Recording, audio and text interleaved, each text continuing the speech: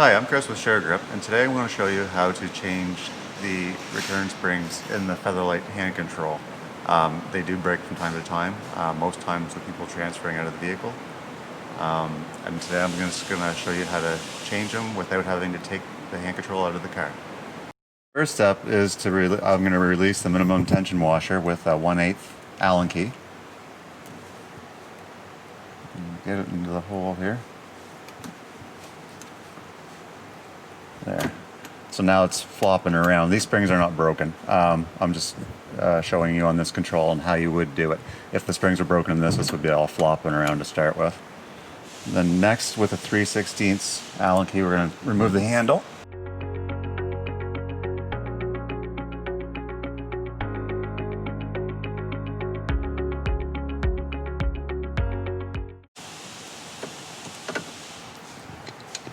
Now that we have our handle off, we can easily spin this freely.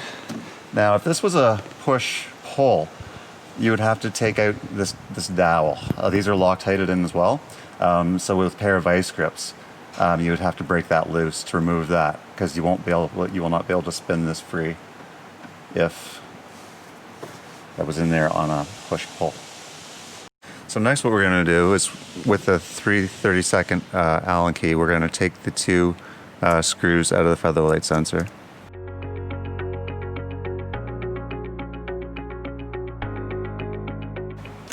Now that we have that off, the tab collar sometimes comes with it, sometimes not.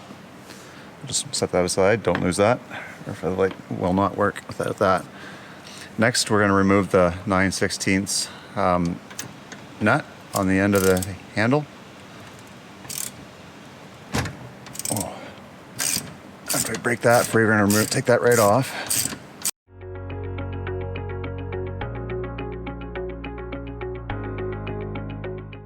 So next what we're going to do is we're going to spin the control arm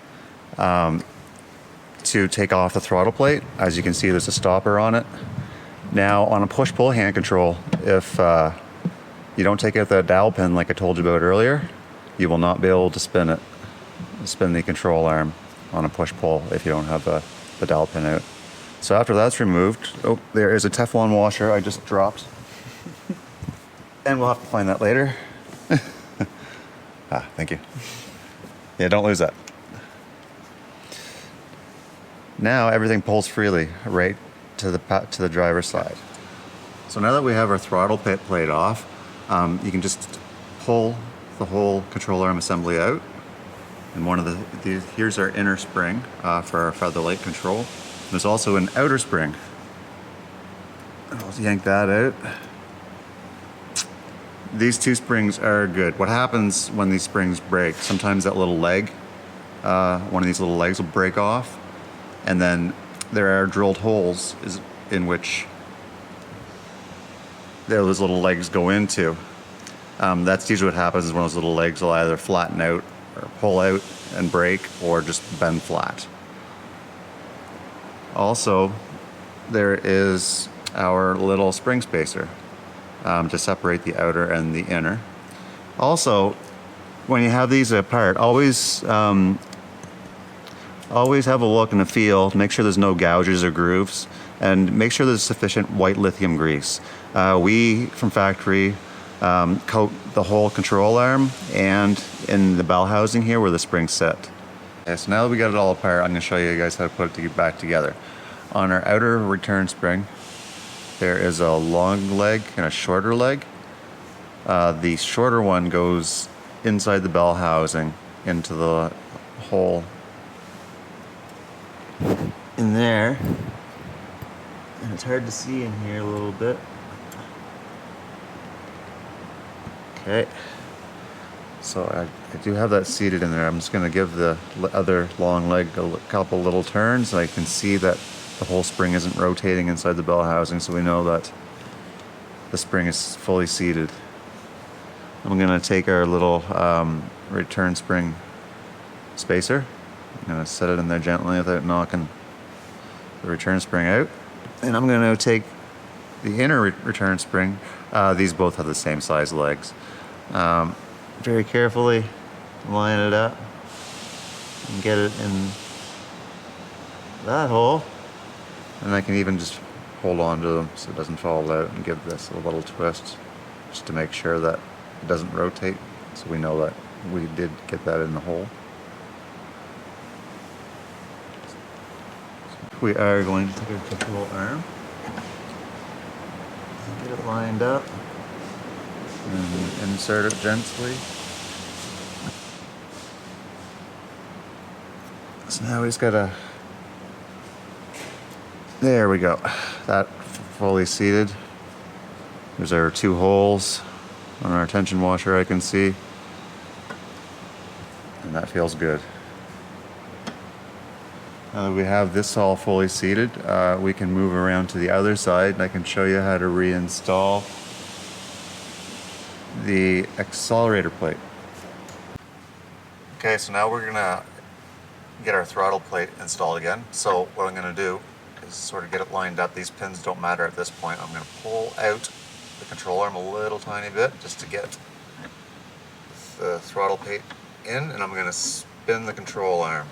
I'm going to start threading that on, and we got to make sure that we don't pull out our control arm too much because we'll unseat our springs. I always got to keep that in mind. That's always a pain when that happens. So now that we got our throttle plate line almost as far as we can go, we're going to put one little pin above the hand control stem and one under, and then we're going to continue to spin our control arm to finish tightening it all the way up.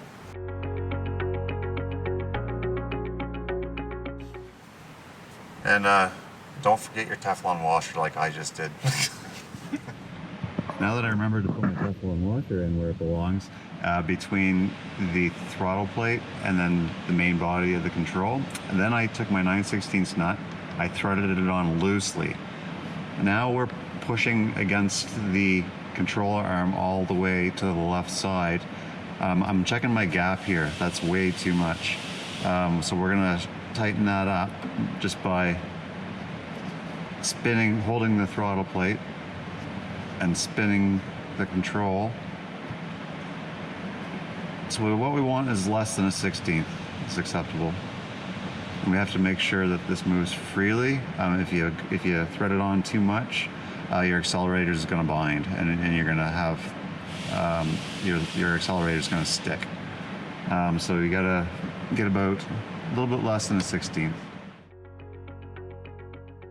That should be good there. That feels good. Everything's moving freely still. So now I'm going to reinstall my my handle, my pivot arm. There's 2 pins that one goes on top of the brake tab, one goes underneath it, like so. And then I'm going to get my bolt going in there. Oh, by the way, we use the red Loctite on these shoulder bolts. So you have to put a little dab of red Loctite on there before you install. And we're just going to thread that on.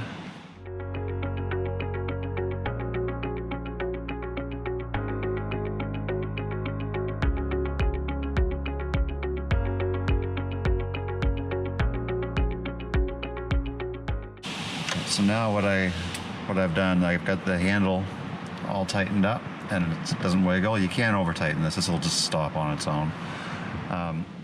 So our pins have to be touching, and our throttle plate pin has to be touching as well. Then we can snug up our 9/16 nut while holding everything and make sure everything's still where it's supposed to be. Just give it a good snug. We're going to torque this to 30 foot-pounds of torque, so I'll have to get my torque wrench for that. Set the 30 foot-pounds of torque already, so there we go. Good click. Now that we have our 30 foot-pounds of torque, I am going to set our minimum tension on our tension washer. So I turn it down close to the floor kind of thing and give it a tighten.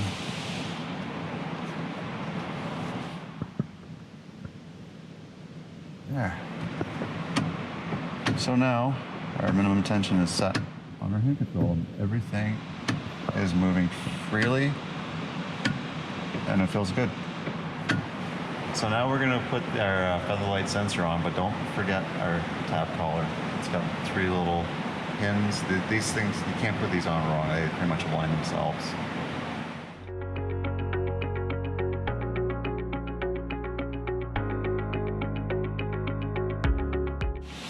That is it. We can now test drive the vehicle, make sure everything works. That's all there is to it.